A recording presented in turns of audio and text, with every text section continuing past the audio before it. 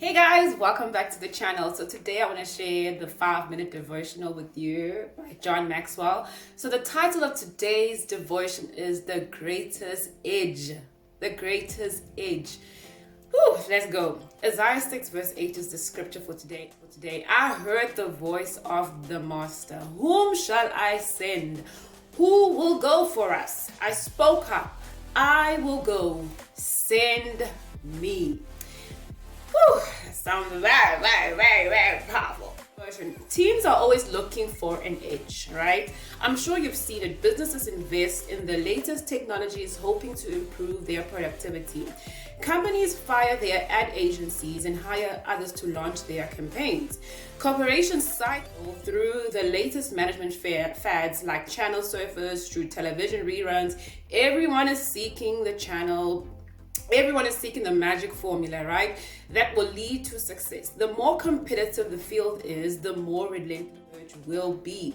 What is key to success? To be successful, a team needs all of those things, but it also needs something more. Hallelujah. It needs leadership. I believe personnel, which is HR or people, determine the potential of the team. What your personnel is actually team, right? I'm just trying to see personnel. Okay, anyway, personnel determines the potential of the team. Vision determines the direction of the team. Work ethic determines the perfection of the team. Leadership determines the success of the team. So that's that glue. That's that edge, right? Everything rises and falls on leadership. If a team has a great leadership, then it gains everything. Else it needs to. This is very true because I remember when I was reading the book of First Samuel, how Saul had King Saul, before he gets demoted, obviously, he has the right stature, he has good looks, he's from a wealthy family, and so forth and so forth. But there was a time when King Saul didn't wait for the prophet Samuel before he engaged in a particular warfare or battle with the enemies of the Philistines. And because he didn't follow the protocol of the time, the Lord left him, okay?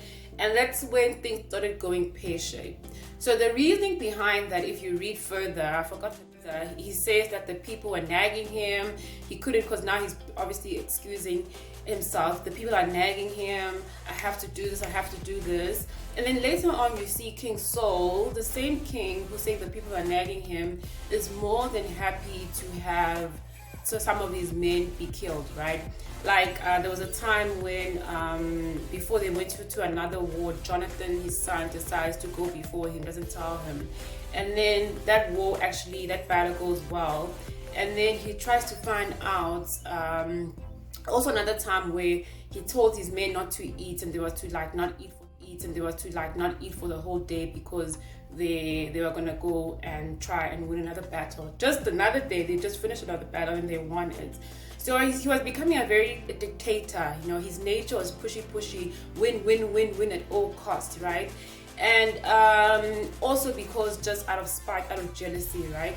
And not repenting, not waiting for the right people to lead him and direct him as he was normally doing, and the Spirit of the Lord had left him. So sometimes leaders, I've witnessed in my time in corporate South Africa, is that people tend to follow leaders who have a sense of morals and values. As soon as your moral and values is questioned, then things start falling apart. Everything that would prove me right that no, guys, this is not right, you start seeing it. Before, maybe you wouldn't see it because they're doing all the right things, they're ticking all the boxes, they're doing the check-ins, you're doing a great work. But when it comes to stuff that really matters, the stuff that will really get the team on the edge, that person doesn't quite do it, right?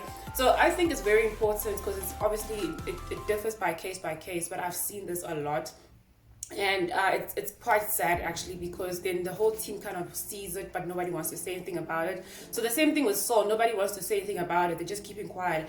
And then Jonathan, his son, comes in and is like, guys, why aren't you eating? We just finished a war, you are famished, you are hungry. And then he says, your father said we can't eat this, blah blah. And he's like, He's like, wow, you guys did a great job.